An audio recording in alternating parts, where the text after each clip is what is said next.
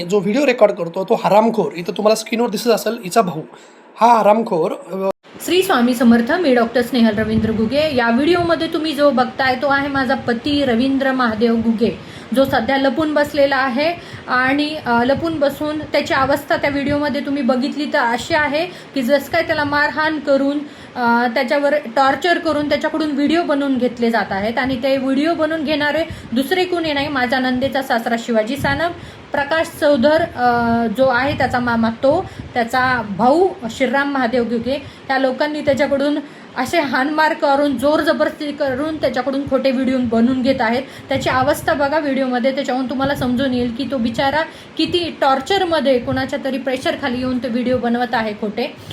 दुसरी गोष्ट, रवींद्र महादेव गुगे जो माझा लपून बसलेला पळून गेलेला नवरा आहे, ते म्हणत आहेत की माझा भाऊ हरामखोर आहे. पहिली गोष्ट तर हरामखोर याचा अर्थ काय हे रवींद्र महादेव गुगेने जाणून घ्यायला पाहिजे होता. हरामखोर याचा अर्थ की हरामचं खाणारा.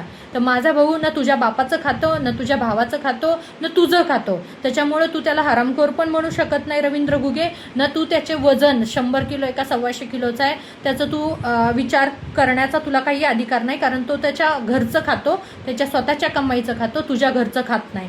राहिला गोष्ट हरामखोर या व्यक्तीचा, ह्या वाक्याचा, की हरामखोर कुणाला म्हणतात, जो हरामचं खातो. कारण की गेल्या 16 महिन्यापासून तू 17 वेळेस व्हिडिओमध्ये म्हणतो रिटायर्ड प्रोफेसर. तुला माहिती आहे माझे वडील रिटायर्ड प्रोफेसर आहेत आणि माझ्या वडिलाने गेल्या 16 महिन्यापासून तुझ्यासारख्या नालायक माणसाच्या, तू ओनर असताना पुण्याच्या फ्लॅटचा, तुझ्यासारख्या नालायक माणसाचे माझ्या वडिलाने गेल्या 16 महिन्यापासून माझे वडील EMI भरत आहेत. आणि तू माझ्या आई वडिलांना, माझ्या भावाला आणि त्या लोकांना तू अशा प्रकारे वाक्य वापरतोस. माझ्या भावाला तू आरामखोर असं म्हणतो.